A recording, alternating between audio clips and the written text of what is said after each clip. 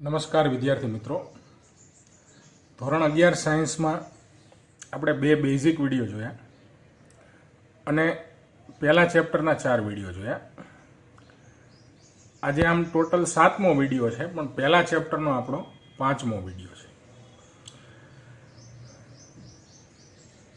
છેલ્લા વિડીયોમાં આપણે પ્રમાણિત સ્વરૂપની એની ચર્ચા કરી, અર્થસૂચક સંખ્યાની ચર્ચા કરી.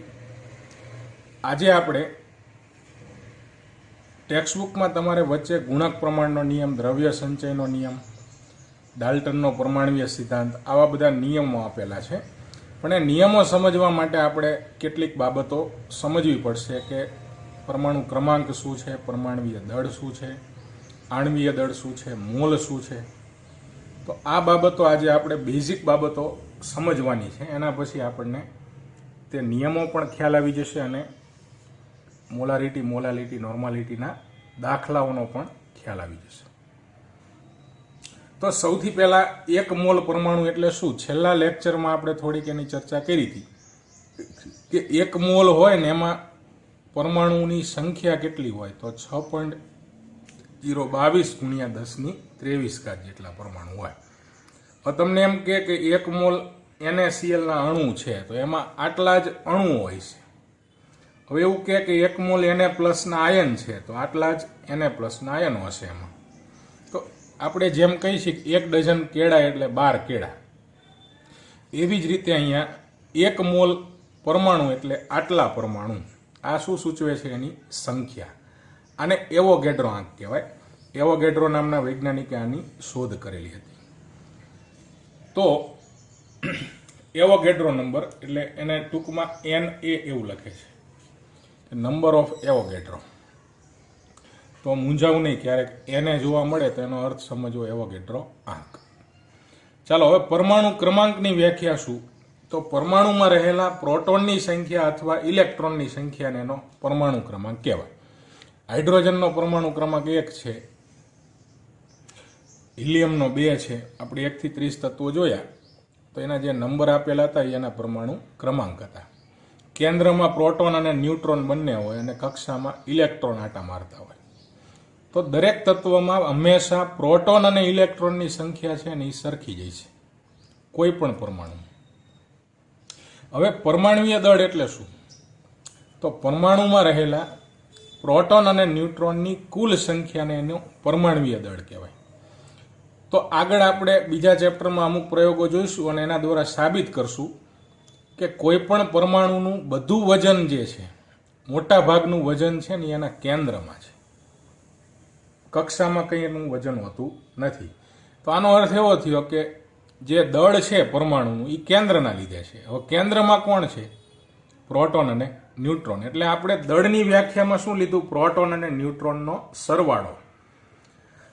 બીજી ભાષામાં કહી તો એક મોલ પરમાણુનું દળ એટલે એનું પરમાણ્વીય દળ અથવા મોલર દળ. તો 1 મોલ હાઇડ્રોજન હોય તો એનું પરમાણ્વીય દળ 1 છે, 1 મોલ કાર્બનનું પરમાણ્વીય દળ 12 છે. તો પરમાણ્વીય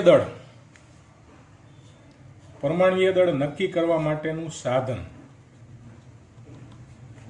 એને ગુજરાતીમાં દ્રવ્યમાન સ્પેક્ટ્રોમીટર અને ઇંગ્લિશમાં એને કહેવાય માસ સ્પેક્ટ્રોમીટર. માસ એટલે દળ અથવા દ્રવ્યમાન, દ્રવ્યનો જથ્થો એને આપણે દળ કહેતા. એટલે દ્રવ્યમાન સ્પેક્ટ્રોમીટર અથવા માસ સ્પેક્ટ્રોમીટર દ્વારા આપણે કોઈ પણ પરમાણુ છે એનું પરમાણ્વીય દળ નક્કી કરી શકીએ. હવે તમને આશ્ચર્ય થઈ છે કે પહેલા પરમાણુ ક્રમાંકની શોધ નથી થઈ, પહેલા પરમાણ્વીય દળની શોધ થઈ હતી અને ત્યારબાદ પરમાણુ ક્રમાંકની શોધ થઈ હતી. ચાલો હવે પરમાણ્વીય દળ ઉપર થોડોક વધુ પ્રકાશ પાડી. પરમાણ્વીય દળનો એકમ AMU અથવા એને ખાલી યુ પણ કહે છે. હવે AMU નું પૂરું નામ થાય એટોમિક માસ યુનિટ.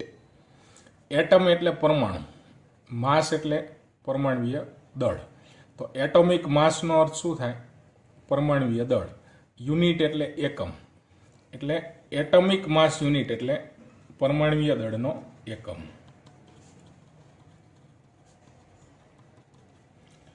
પણ આપણે હવે મોટા ભાગે ગ્રામ પ્રતિ મોલનો ઉપયોગ કરીએ છીએ. દળ આપણે હંમેશા મોટે ભાગે ગ્રામમાં લેતા હોઈએ છીએ.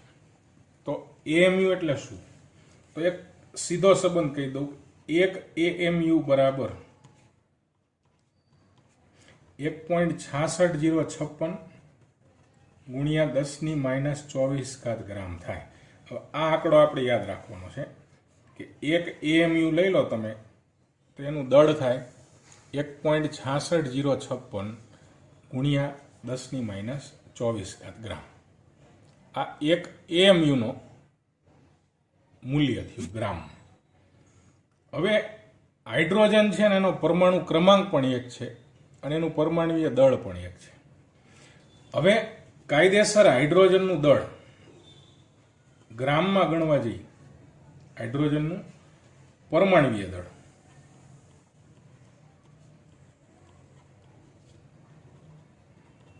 તો ગ્રામમાં એનો આંકડો છે 1.6736 ગુણ્યા 10⁻²4 ગ્રામ. તો આ હાઇડ્રોજનનું પરમાણુય દળ છે. મતલબ આ એક હાઇડ્રોજનનું દળ નથી, આ છે 1 મોલ હાઇડ્રોજનનું દળ. 1 મોલ એટલે કેટલા? 6.022 ગુણ્યા 10⁻23. તો હવે આપણે એએમયુમાં શોધવું છે. તો શું કરાય? જો એક એએમયુ એટલે આટલા ગ્રામ છે. એએમયુમાં શોધવું છે તો આપણે શું કહી શકીએ? ચાલો આ બાજુ ગ્રામ અને આ બાજુ એએમયુ. હવે 1.66056 ગ્રામ ગુણ્યા 10⁻²4 ગ્રામ લો તો એક એએમયુ બને. હવે હાઇડ્રોજનનું દળ કેટલું છે? 1.6736. તો શું કહી શકાય કે 1.6736 ગુણ્યા 10⁻²4 કેટલું? તો આ ત્રિરાશિ વડે આપણે શું સમજી શકીએ કે આ ત્રિરાશિનો ઉપયોગ કરી આપણે શું લખી શકીએ? તો 1 ગુણ્યા 1.6736 ગુણ્યા 10⁻²4 ભાગ્યા 1.66056 ગુણ્યા 10⁻²4. 24 ઉડી જાય. આનો ભાગાકાર કરશો તમે એટલે એનો આંકડો મળશે તમને 1.0078. અને નિયર બાય આપણે શીખાતા આંકડો કાઢી નાખવો હોય, 5 કરતાં મોટી સંખ્યા છે તો આમાં 1 ઉમેરી દેવાનો તો 1.008 એએમયુ બનશે. તો શું કહી શકાય કે હાઇડ્રોજનનું પરમાણુય દળ કેટલું થયું? 1.008. એટલે આપણે મોટે ભાગે 1 એએમયુ એવું લઈએ છીએ, અથવા આને 1 ગ્રામ પ્રતિ મોલ કહેવાય.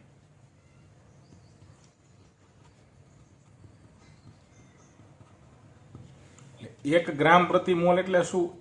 1 મોલ હાઇડ્રોજનમાં 1.008 ગ્રામ જેટલો હાઇડ્રોજન હશે. ચાલો હવે કેટલાક પરમાણુના તમને અહીંયા પરમાણુય દળ આપું છું. ધારો કે ચલો લિથિયમનું, એટલે અહીંયા હું કેટલાક તત્વ લખું છું અને સામે એનું પરમાણુય દળ લખું છું. ચલો લિથિયમ, પહેલા હાઇડ્રોજનથી સ્ટાર્ટ કરી. હાઇડ્રોજનનું આપણું કેટલું લઈશું? આપણે 1 લઈશું. પરમાણુય દળ શેમાં લઈશું? ગ્રામ પ્રતિ મોલમાં લઈશું. હાઇડ્રોજનનું 1. ચલો હિલિયમનું 4, લિથિયમનું 7. જો હાઇડ્રોજનનો ક્રમાંક 1 હતો, દળે 1 છે. હિલિયમનું પરમાણુ ક્રમાંક 2 હતો, એનું પરમાણુય દળ 4 છે. લિથિયમનો પરમાણુ ક્રમાંક 3 હતો, એનું પરમાણુય દળ 7 છે.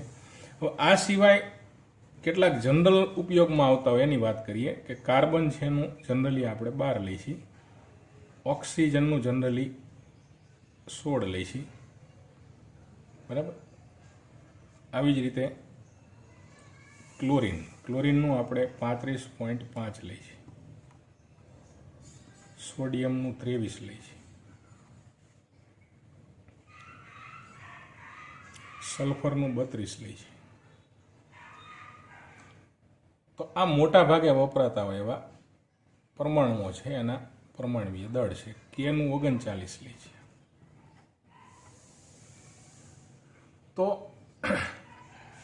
પરીક્ષામાં તમને પરમાણુ દળ આપેલા હોય, પણ સરળતા માટે જો તમે યાદ રાખી લો તો આપણા માટે સારું ગણાય. હવે આમાં એકનું આપણે વાત કરવી છે. જો લિથિયમ,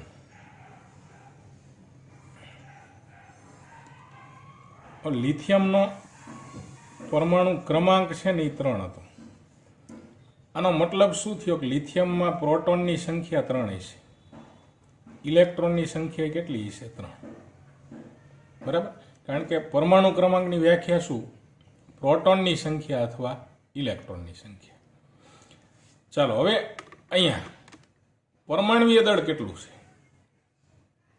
લિથિયમનું પરમાણવીય દળ છે 7.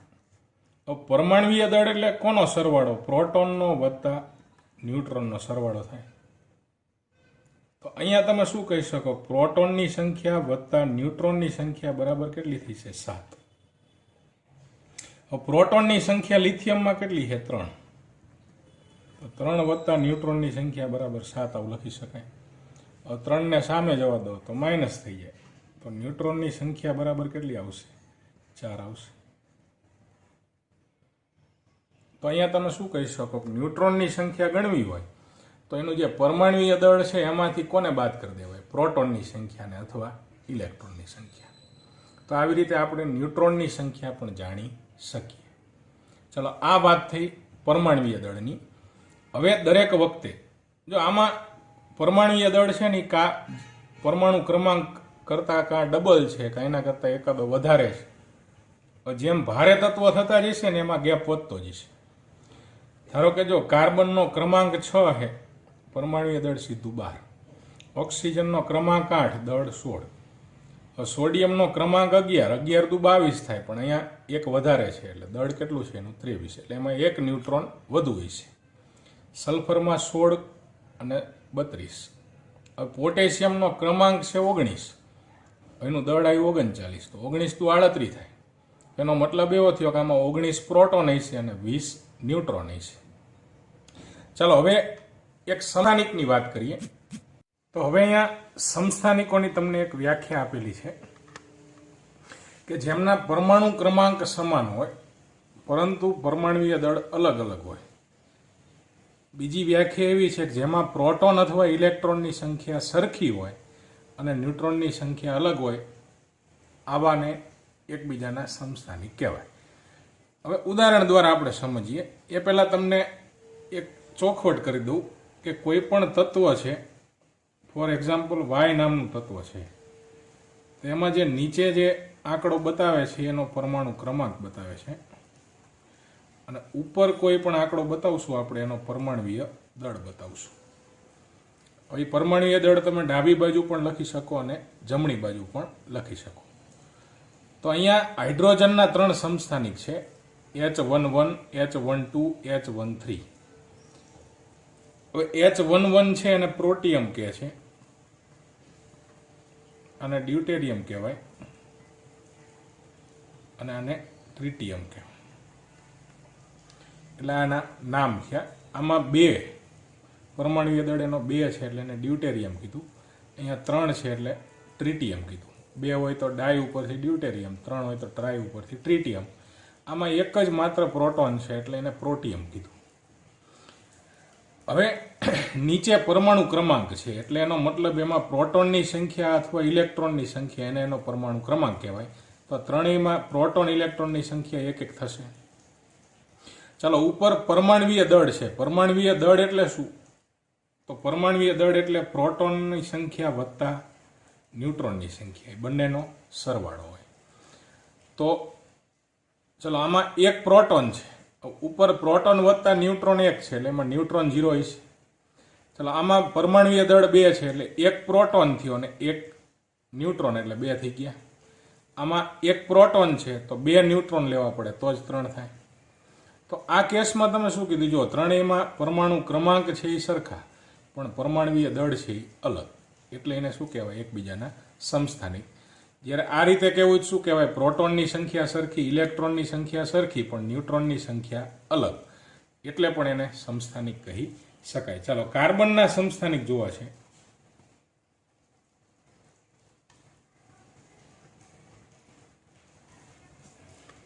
કાર્બનના પરમાણુ ક્રમાંક શું છે, કાર્બનનો 6. તો કાર્બનના 3 સમસ્થાનિક છે, 6-12, બીજો છે 6-13 અને ત્રીજો છે 6-14. ચલો આમાં તમે શું કહી શકશો કે ત્રણેયમાં પ્રોટોનની સંખ્યા અને ઇલેક્ટ્રોનની સંખ્યા છે એ 6-6 છે. તો આમાં ન્યુટ્રોનની સંખ્યા 6, 12માંથી 6 કાઢો એટલે 6, આમાં 7 અને આમાં ન્યુટ્રોનની સંખ્યા 8. તો ત્રણેયમાં ન્યુટ્રોનની સંખ્યા અલગ થઈ એટલે શું કહેવાય, એને ત્રણેયની એકબીજાના સમસ્થાનિક કહેવાય. તો આવા ઘણા બધા સમસ્થાનિકો આવે. ભવિષ્યમાં યુરેનિયમના આપણે સમસ્થાનિક જોઈશું. હવે યુરેનિયમ છે ને એ 92 નંબરનું તત્વ છે, તો એના અલગ અલગ ઘણા બધા સમસ્થાનિક છે. યુરેનિયમ 92-232, 92-235 અને 92-238. એટલે આમાં તમે કહી શકો કે ત્રણેયમાં પ્રોટોન અથવા ઇલેક્ટ્રોનની સંખ્યા 92 છે. 232માંથી 92 બાદ કરો એટલે 140 આવશે. એટલે આમાં ન્યુટ્રોન 140 છે. આ ભારે તત્વ છે એટલે પ્રોટોન કરતાં ન્યુટ્રોનની સંખ્યા ઘણી બધી વધુ આવશે. આમાં 143 આવશે અને આમાં 146 ન્યુટ્રોન આવશે. તો એ આ રીતે તમે ગણતરી કરી શકો. તો આ થયા સમસ્થાનિકોની વ્યાખ્યા. ચાલો હવે આપણે અણુભારની વાત કરવી છે કે અણુભાર કેવી રીતે શોધી શકાય. પરમાણુ ભાર તમને આપેલા છે, એના ઉપરથી તમારે એના અણુભાર શોધવાના. 10મા ધોરણમાં પણ તમે અણુભાર શોધતા, તો આ નવો મુદ્દો નથી. ચલો NaCl નું આણ્વીય દળ ગણવું હોય, NaCl નું આણ્વીય દળ એટલે અણુભાર. તો પરમાણુ ભેગા થાય તો અણુ બને, એમ પરમાણુના પરમાણુય દળનો સરવાળો કરો એટલે આણ્વીય દળ બને. તો આમાં એક Na છે ને એક Cl, તો આપણે શું કહી શકીએ, 1 ગુણ્યા Na નું પરમાણુય દળ વત્તા 1 ગુણ્યા Cl નું પરમાણુય દળ. હવે Na નું પરમાણુય દળ, Na પરમાણુ છે એટલે એનું પરમાણુય દળ આવે, એ તમને પરીક્ષામાં આપેલું હોય છે. તો Na નું પરમાણુય દળ છે ને 23 છે, 23 ગ્રામ પ્રતિ મોલ. અને ક્લોરીનનું છે 35.5. એટલે તમે 23 અને 35.5 નો સરવાળો કરશો એટલે તમને મળશે 58.5. અને આણ્વીય દળનો એકમ આવશે AMU અથવા કહી શકાય ગ્રામ પ્રતિ મોલ.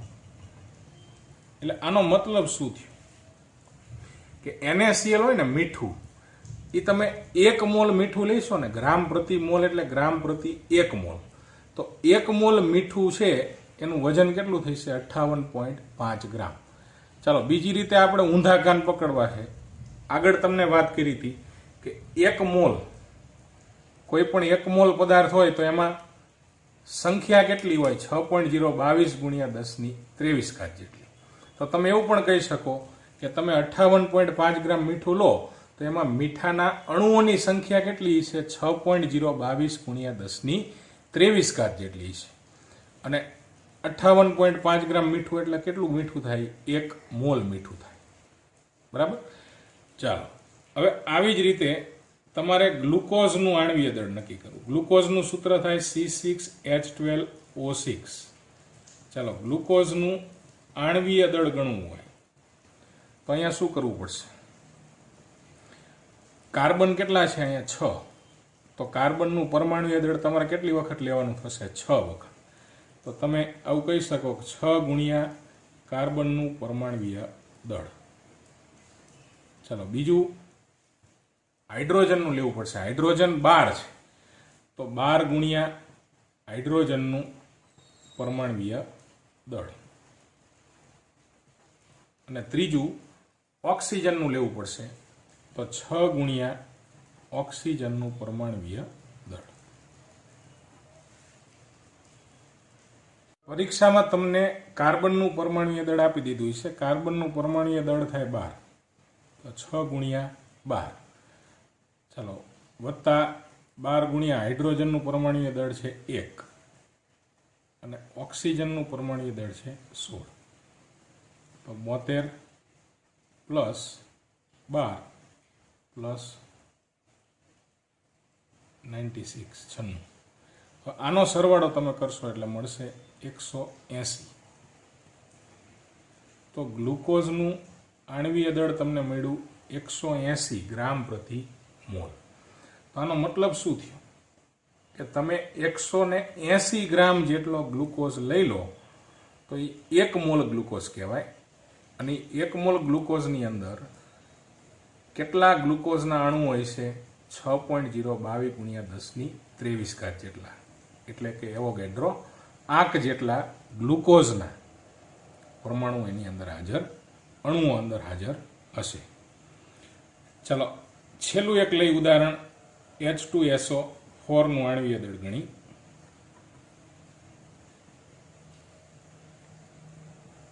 હવે H2SO4 નું આણ્વીય દળ આપણે ગણવું હોય છે તો એના માટે H નું પરમાણુય દળ, ચાલો H ની સંખ્યા છે 2, તો H નું 2 વખત લેવું પડે એટલે 2 ગુણ્યા H નું પરમાણુય દળ, ચાલો પ્લસ સલ્ફર એક જ છે તો 1 ગુણ્યા સલ્ફરનું પરમાણુય દળ.